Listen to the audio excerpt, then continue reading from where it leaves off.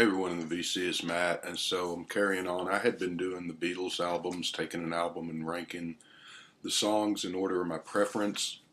Got up to Revolver, so Pepper's next, and I'll continue that series and finish it off. But thought it'd be fun to do few albums by some other people or bands, just for a little change of pace. So what I've chosen, because I just picked this up the other day, is Piper at the Gates of Dawn, the debut album by Pink Floyd. And so, yeah, I had this on vinyl years ago. Have it on CD. I've had it forever that way, but it's good to finally get it back on vinyl again. And there's the back cover of it, of course. This is their reissue series that's going on currently there with all their albums. So this album came out August 5th of 1967. Was did pretty well in England. It got to number 6 on the charts in England. Not so much in America. It only got to number 131. Pink Floyd, of course, they did a little tour and came to America, but it got cut short, unfortunately, in 1967. And then later on, they toured a whole lot, I think, over here. But Pink Floyd was not a household name by any means in America at this point, and probably really wouldn't be till Dark Side of the Moon in 1973, some 7 years later. This is the version of Pink Floyd where Syd Barrett, that's him right there, was the undisputed leader and guiding light of the band. Sadly, he would have problems, mental and drug related, and soon after this album, he would be out of the band. He's on their second album, Saucer Full of Secrets, on, I don't know, 2 or 3 songs he plays on, and there's only one song that he wrote for that album.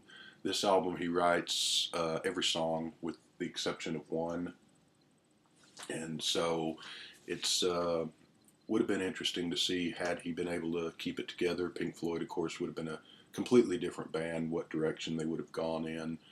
But this is, they also had some a couple of 45s. Arnold Lane was their debut 45, good song, and See Emily Play was their second 45. Got to number 6 also on the UK charts. Didn't do anything in America, unfortunately, because it's a great song. Neither of those songs are on this album. The American album, actually, like they did with the Beatles and the Rolling Stones and the Kinks albums back in the 60s, is a little bit different than the British version. It does have See Emily Play, and it drops some of the songs that are on this, and I think the American one's been out of print for years. I don't think they ever reissued it, or maybe they later reissued it with the British track listing. I'm not sure. Because the one that I had way back, I got this album like 1979 or 80, and I'm pretty sure I had the English edition because it follows the track listing of this one. So I like Pink Floyd, their later stuff. Like I said, they were pretty much a completely different band after Syd left, even though 3 of the members remained in the band, and of course David Gilmour came in and took Syd's place. Good band. But this is, I like the Syd era best, and this is my favorite album of theirs by far. I think it towers over everything they ever did after this. Not that the other stuff isn't good and doesn't have its moments. But and as far as psychedelic albums, this is the top of the top. This and Pepper's a little bit ahead of it, I'd say. But it's this would be solid number 2 in that regards. They were actually recording this album at Abbey Road or EMI or whatever the place is called, same time that the Beatles were recording Pepper, so they got to go down there and look at the Beatles once or twice while this was going on. And I hear that Paul McCartney's a fan of them. I think he used to go see them when they were playing clubs before they got signed to a record label. John Lennon too, I think, was. I'm not sure about George and Ringo. But yeah, so just a great album. This would be in my top 10 albums of all time too. And with that, we'll get to the track listing. There's 11 songs on this. They when they played live before they got signed to a label, they tended to stretch out, and they would play a song that would they'd play for 15, 20 minutes a song, go in all directions, kind of get all freak out and psychedelic and spacey and experimental and jam. The record label, of course, wanted them to not do that so much. They'd rather they do sort of radio-friendly pop hits. So this album's a bit of a tug of war between those two extremes, and there's a little bit of both on this album, which doesn't sound like it should work, but it actually blends together perfectly. And so you get the weird out there stuff, and you get the sort of still weird and out there, but a little more regular song type songs on here. So yeah, 11 tracks. Number 11, we'll count down from my least favorite to my favorite. Number 11 is called Take Up Thy Stethoscope and Walk. That's the only song on here that Syd Barrett didn't have a hand in writing. This one was written by Roger Waters, the bassist, who, of course, after Syd left, he sort of became the leader of the band and the chief songwriter. Rick Wright also wrote a lot of songs early on. He was a good one, good singer, and better singer than Waters, and a pretty good songwriter, but then he and Waters never really got along, I don't think, and he was sort of bullied into sort of retreating, and Rogers sort of took over, which is a shame because Rick was good. Rogers was, of course, had his share of great songs too. I'm not running him down. He's very talented. He was never in the same league as Syd Barrett, but he's very good. And I'll just leave that at that. But Take Up That Stethoscope and Walk is one of his early attempts at songwriting, which is not very good. And I'm not sure at this point because, like I said, it would have been interesting if Syd kept it together and stayed in the band. Of course, they would be, like I said again, totally different band than what they became.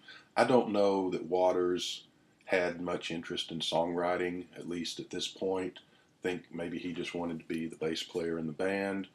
But, of course, when Syd left, the band was faced with either breaking up or continuing on. And if they continued on, someone had to step in and fill the leadership role and write the songs and the music. So, anyway, this early one, Stethoscope, is not the greatest in the world.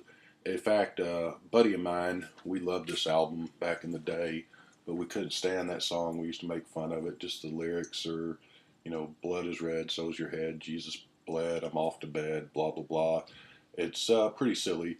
I, in the years since, have grown to kind of like it. It's not a terrible song. It's just not a very good song, and it's not what makes this a 10-star, one of the greatest albums ever made. But there it is, and it's okay. It comes in at number 11. Number 10, I pronounce it Power Torch. I don't know how you say it. It's song number 5 there, Pal R, Talk H, or however you say that. Let you decide. It's a cool song, and from here on out, all the songs are really good, so ranking them just becomes a exercise in ranking a bunch of songs that I really love. So Power Torch is sort of a spacey, out there jam, but it all starts off sort of like a cocktail jazz tune with some really strange, I don't know, kind of animal or fairy tale land gnome or jungle noises, and some really good piano. I guess this piano might be keyboards by Rick Wright. He was quite a good keyboardist and piano player. So Power Torch comes in at number 10. Number 9 is Flaming. I think the original title of that was Snowing. But anyway, good dreamy organ by Rick and some weird sort of interesting guitar work by Syd. Sort of in my mind, I see the organ as the sky and the heavens, and the guitar work is sort of little animals running around underground and sort of the ground and the sky, and both of those in communion. I don't know, it's a cool song anyway. The Scarecrow, and as far as guitar work, David Gilmour is technically the better guitarist than Syd. Syd is the more inventive guitarist than Gilmour, so I guess that sort of works out that way.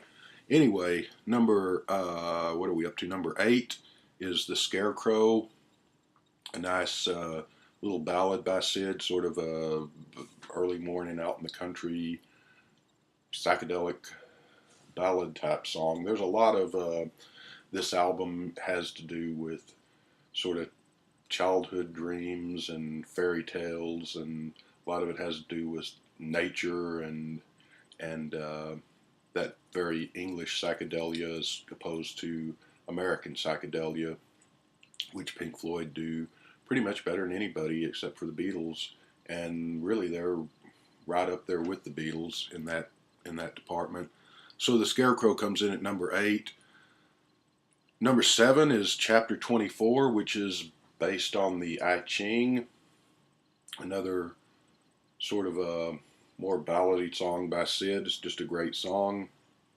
The Gnome is number 6, and that's another one of those, you know, childlike fairy tale songs about gnomes running around in the forest, and one gnome sitting in his house till he sees the others, and he runs out to join them and runs around in nature in the meadows. And it's a very basic childlike, or yeah, childlike but very wonderful song.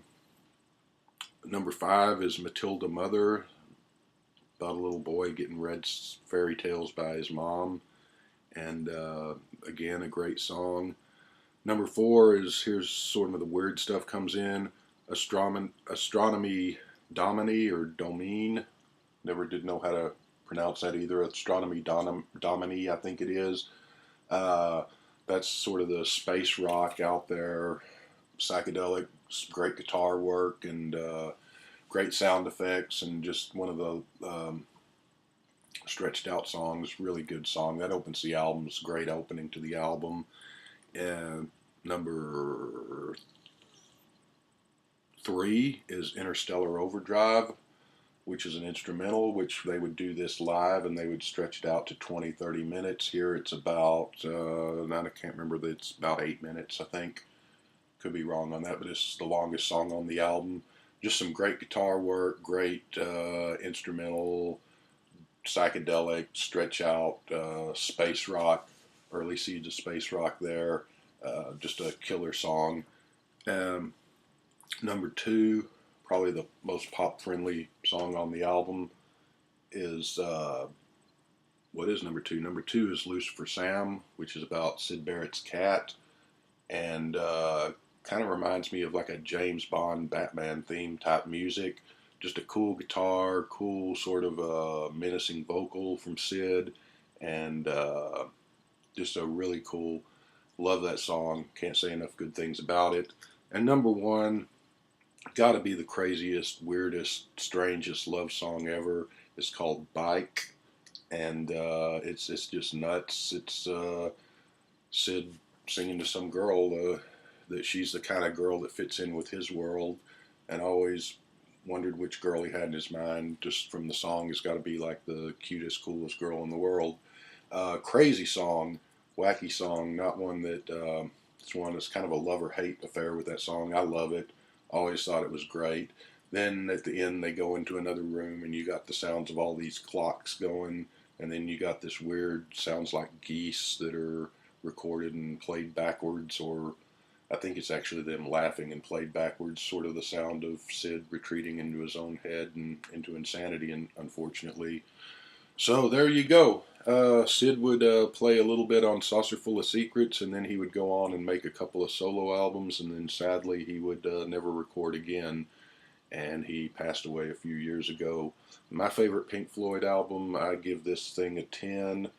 Stethoscope, while I kind of like it a little more than I used to, wish they would have knocked that thing off and stuck Arnold Wayne or Emily play in there, but otherwise, great album, one of 1967's best and one of the best albums ever. So, yeah,